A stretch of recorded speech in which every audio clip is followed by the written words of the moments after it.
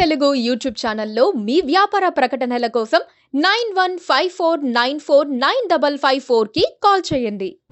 కిన్నెర కళాకారులు పద్మశ్రీ దర్శనం మొగలయ్య రోజు కూలీగా మారారంటూ ఓ చిన్న వీడియో ఫోటోలతో కొంతమంది చేసిన పోస్టులతో రాజకీయం రాజుకుంది. ప్రభుత్వం ఆదుకోవటం లేదనే విమర్శలు చేశారు. కానీ కేటీఆర్ వెంటనే వెళ్లి ఆర్థిక సాయం చేశాడు. నటుడు కాంతారావు కుటుంబం కడు పేదరికంలో ఉందంటూ తరచూ వార్తలు వస్తూ ఉంటాయి. చితికిపోయిన సెలబ్రిటీలు పద్మశ్రీలు ఎంతో మంది ఉంటారు. వారికి ప్రజాధనంతో ప్రభుత్వాలు సాయం చేయాల్సిందేనా? మొగులయ్య లాంటి వాళ్లకు ₹1 ఇచ్చినా సరిపోదా? కాంతారావు కుటుంబ పేదరికానికి ఎవరు బాధ్యులు? ఇలాంటి వాటికి ప్రజాధనం ఇవ్వాలన్న డిమాండ్లు సరైనవేనా?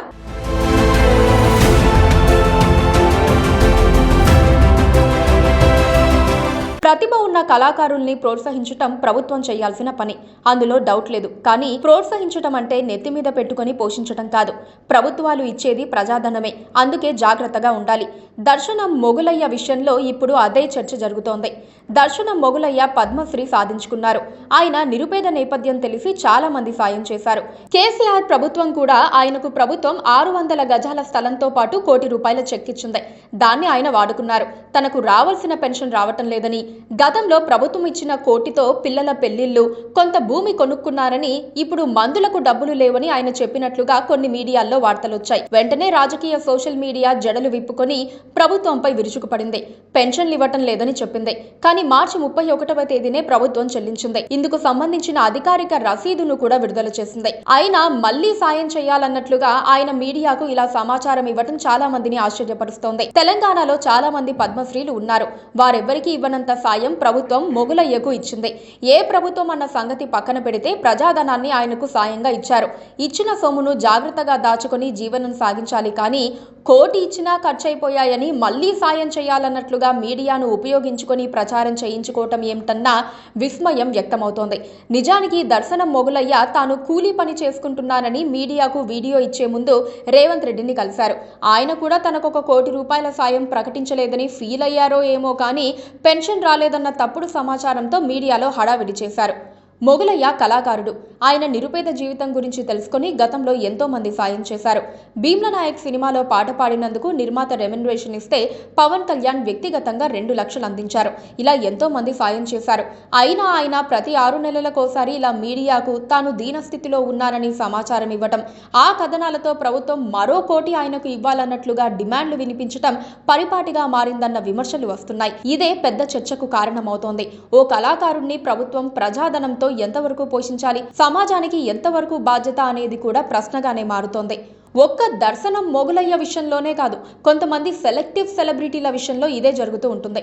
నటుడు కాంతారావు కుటుంబం కడు పేదరికంలో ఉందని, సినీ పరిశ్రమ ప్రభుత్వం పట్టించుకోవటం లేదని కొంతమంది తరచూ విమర్శలు చేస్తున్నారు. కాంతారావు కుటుంబ పేదరికానికి, ఆయన వారసులు ఏ పని చేయకపోవడానికి ప్రభుత్వానిది, సమాజానిది తప్పెలా అవుతుంది? కాంతారావు గొప్ప నటుడు, అందులో సందేహం లేదు. ఆయనను పాతతరం ప్రేక్షకులు ఇప్పటికీ గుర్తుంచుకుంటారు. కొత్త తరం ప్రేక్షకులకు పెద్దగా తెలియకపోవచ్చు. ఆయన గొప్ప నటుడని, ఆ ఖ్యాతి అంతా ఆయన కుటుంబ సభ్యులకు క్యాష్ రూపంలో వెల్లువలా రావాలనుకుంటే ఎలా? సినీ పరిశ్రమలో ఎందరిలాగో ఆయనకు మొదట కలిసొచ్చింది, తర్వాత రాలేదు. సినిమాలు తీసి ఉన్నదంతా పోగొట్టుకున్నారు. చివరి రోజుల్లో ఇబ్బంది పడ్డారు. ఆయన కుటుంబ దుస్థితికి చాలా మంది సాయం చేశారు. తెలంగాణ సర్కార్ కూడా ఆయన భార్య ఉన్నంత కాలం సాయం చేసింది. కాంతారావు కుమారులు కడు పేదరికంలో ఉన్నారు. దానికి వారే కారణం.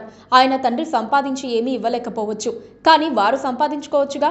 తమ తండ్రి అందించిన ఘనమైన వారసత్వాన్ని ఎందుకు అందుకోలేకపోయారు? అది వారి దురదృష్టం. దానికి ఎవరికీ బాధ్యత లేదు.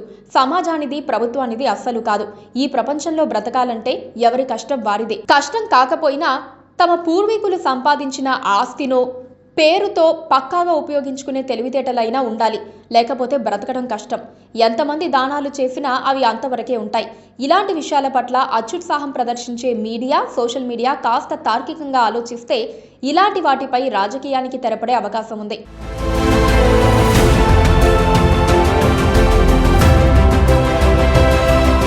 ప్రభుత్వమే కోట్లకు కోట్లు ఇవ్వాలన్నట్లుగా కొంతమందికి ఆశ ఉంటుంది. కానీ ప్రభుత్వ ధనం అంటే ముఖ్యమంత్రి లేదా మంత్రుల సొంత ధనం కాదు, ప్రజాధనం. ఆయాచితంగా ఎవ్వరికీ ఇవ్వకూడని ధనం. ప్రోత్సాహకాలు ఇవ్వచ్చు, కానీ అదే పనిగా ఇచ్చేయాలని కోరుకోవటం అత్యాశ అవుతుంది.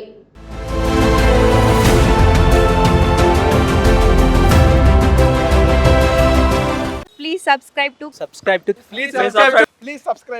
Please subscribe to KTV Telugu. KTV Telugu. KTV Telugu. KTV Telugu channel.